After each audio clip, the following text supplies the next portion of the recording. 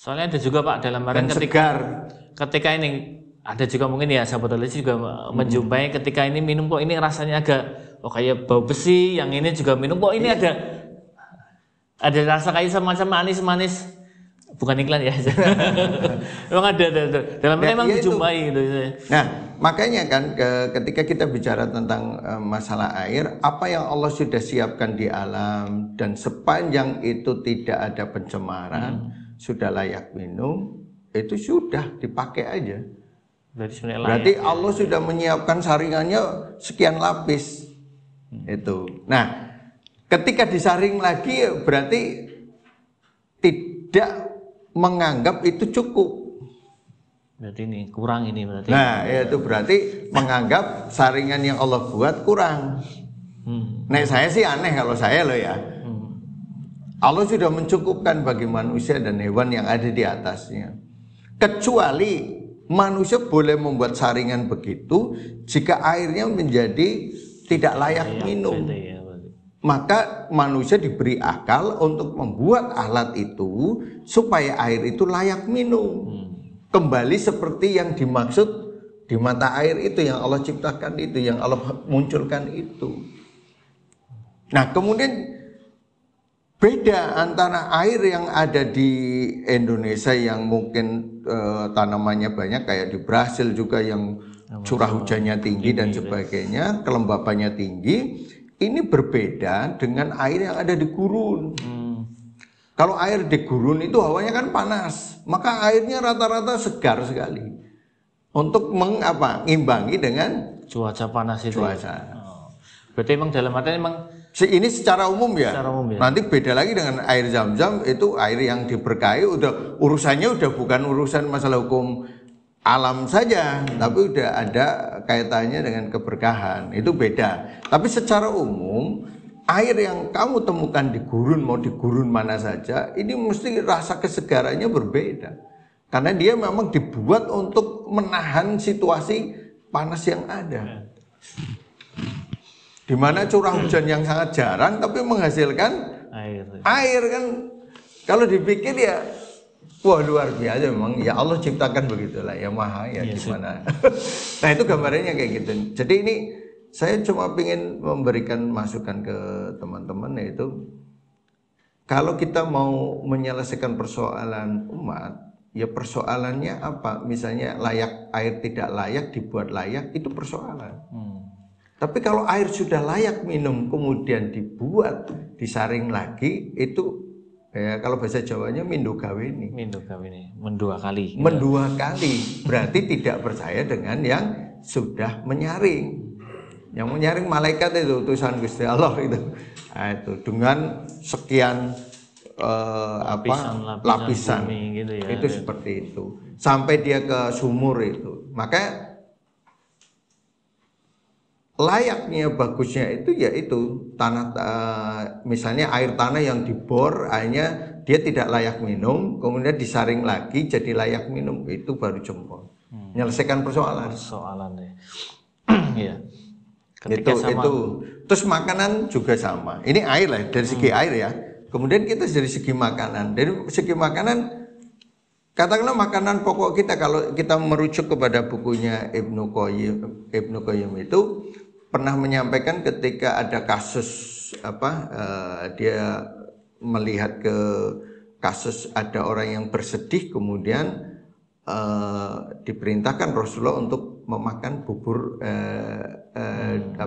daging domba ya beserta gandum. Maka komentar dari Ibnu Qayyim, saya pernah baca itu di bukunya, saya lupa halaman keberapa itu dua makanan yang bagus, yang super jadi satu.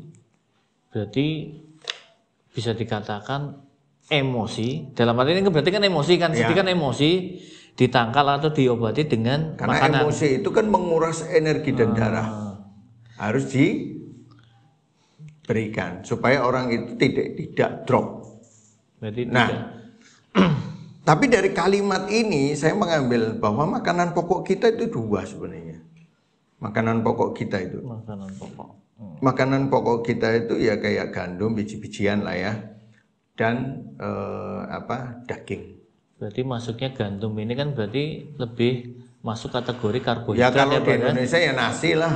berarti kan karbohidrat sama kalau ini daging berarti masuk ke kategori Ya protein kalau itu ya. jagung itu kalau di daerah-daerah NTT, daerah-daerah yang agak tandus itu. Nah, yang penting karbohidrat ini dan apa? Protein ya. Protein hewani itu utama. Kok bisa gitu? Nah, gambarannya kayak gini. Bisa nggak orang itu hidup terus menerus sampai tua hanya makan karbohidrat? Mungkin ketela, nasi, jagung, sebangsa itu tok. Mungkin saking miskinnya dia nemunya itu tok. Bisa hidup nggak kira-kira? Kalau masih bisa Pak. Bisa. Makan daging tok bisa hidup nggak? Bisa juga masih. Bisa. Contoh di kutub utara kan? Iya. Kutub utara coba ada pecel nggak di sana? Nggak ada kan? Adanya cuma daging, daging lemak. Tapi karena dia beraktivitas dan hawanya dingin, nggak ada masalah. Pertanyaannya, ada nggak yang bisa hidup hanya makan buah tok atau sayur tok? Nggak ada. Berarti buah dan sayur itu bukan makanan pokok, tapi penyempurna. Nah, kalau penyempurna kebutuhannya masing-masing berbeda. Dan cenderung lebih kecil yang pas ini ya Pak? Iya, otomatis. Itu. Logikanya ya coba aja, tes saja.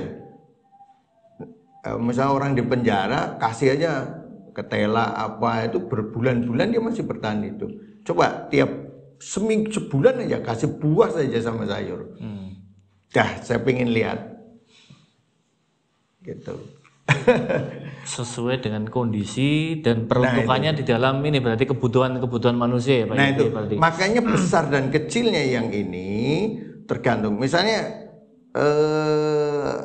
karbohidrat di karbohidrat kan masuknya dia termasuk agak lembab ya, cenderung ke alkali kan membentuk darah juga. Nah, kalau protein hewani kan cenderung dia lebih panas. Asam ya berarti ya kalau nah ya lebih asamnya. Nah, kalau ini misalnya dia ini karbohidrat itu dimakan, kan ada orang yang makan nasi banyak terus lemes. Kenapa? Dia jarang gerak.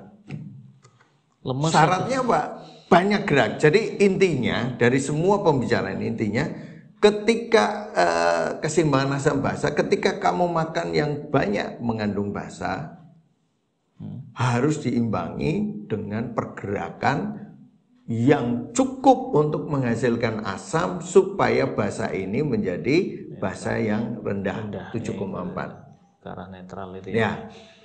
Ketika orang itu terlalu banyak aktivitas harus diimbangi dengan makanan yang mengandung cukup basa.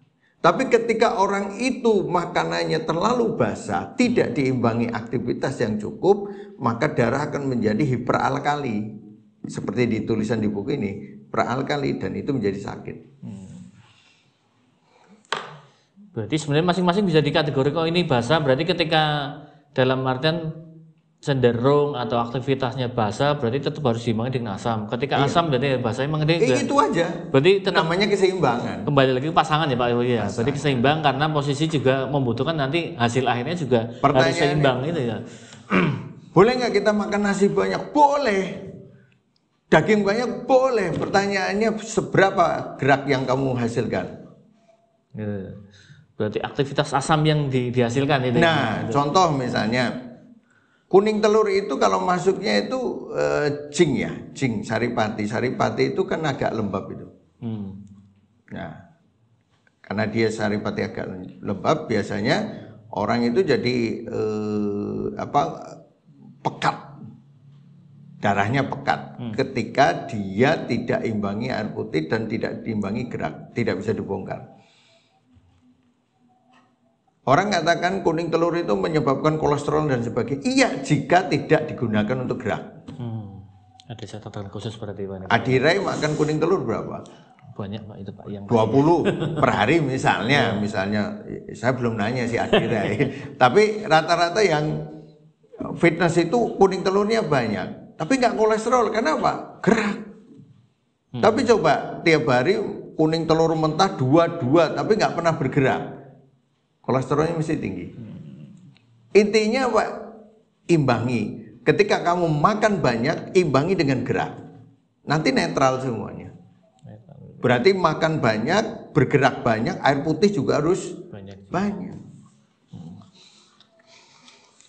Air pH 8 misalnya, oke, saya misalnya tetap saya kekeh air pH-nya harus 8. Nggak ada masalah.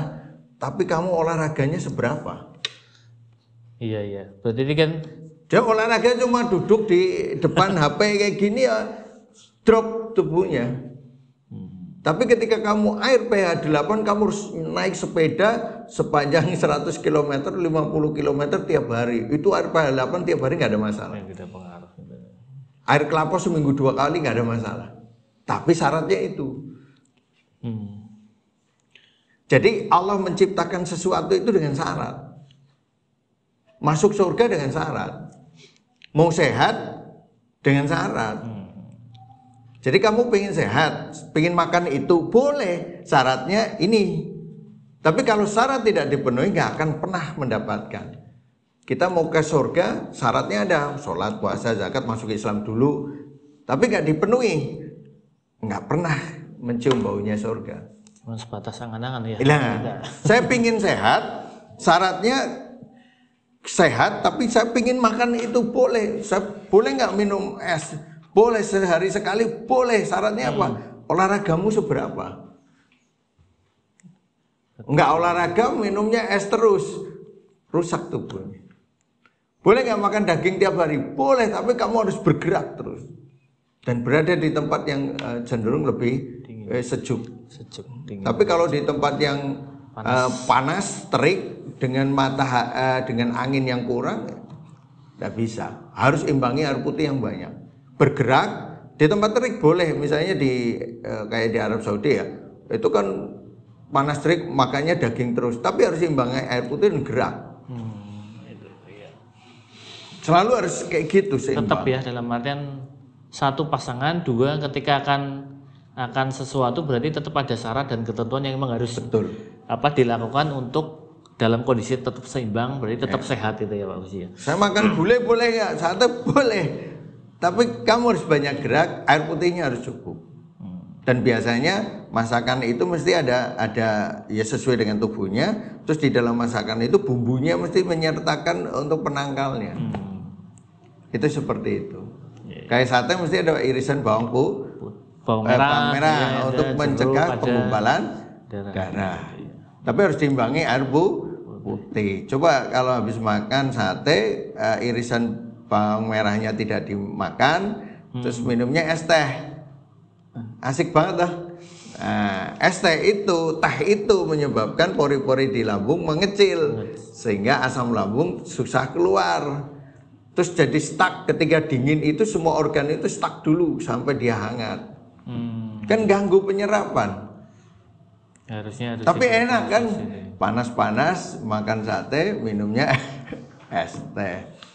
Terus habis itu masuk mobil ber-AC, terus masuk kantor tempatnya ber-AC, kerjanya duduk. Gimana nggak stroke? Gimana nggak hipertensi? Dan itu yang emang ini Pak, dalam artian di situ ada kenyamanan, tapi di balik kenyamanan itu, nah ini yang perlu diwaspadai. Ya kembali lagi kepada, jadi ngomong asam basa, ngomong tentang panas, dingin, lembab, kering, itu semua hanya bahasa. Asam misalnya ya panas, nanti asam panasnya agak pekat berarti lembab panas. Kemudian asamnya agak kering jadi panas kering. Kalau dinginnya agak lengket ya lembab dingin. Kalau agak kering dinginnya berarti dingin kering. Ya sudah, itu hanya bahasa aja lah. Ini supaya teman-teman tahu ya, jadi masalah bahasa itu aja. Tapi intinya semua yang Allah hadirkan selalu dalam posisi berpasangan dan selalu kita jaga keseimbangan. Ada surga, neraka, dan dijaga keseimbangannya. Makanya kadang yang menang orang jahat, yang kadang yang menang orang baik. Maka dipergilirkan. Itu sebenarnya untuk jaga keseimbangan. Sampai nanti munculnya hukum yang sudah pasti, tidak ada lagi hukum yang berpasangan. Kamu di surga ya seneng semua, di neraka susah semua, nggak ada kesenangan, dia terpisah. Misalnya di surga ada air sungai yang mengandung arak sudah nggak seperti di dunia. Hukum dunia tidak berlaku. Tidak berlaku. Sudah ada susu, jangan bayangin susu yang di dunia, lebih enak di sana. Tiap hari minum susu nggak akan kembung, nggak akan lembab, karena hukumnya sudah hilang. Dunianya. Nah itu.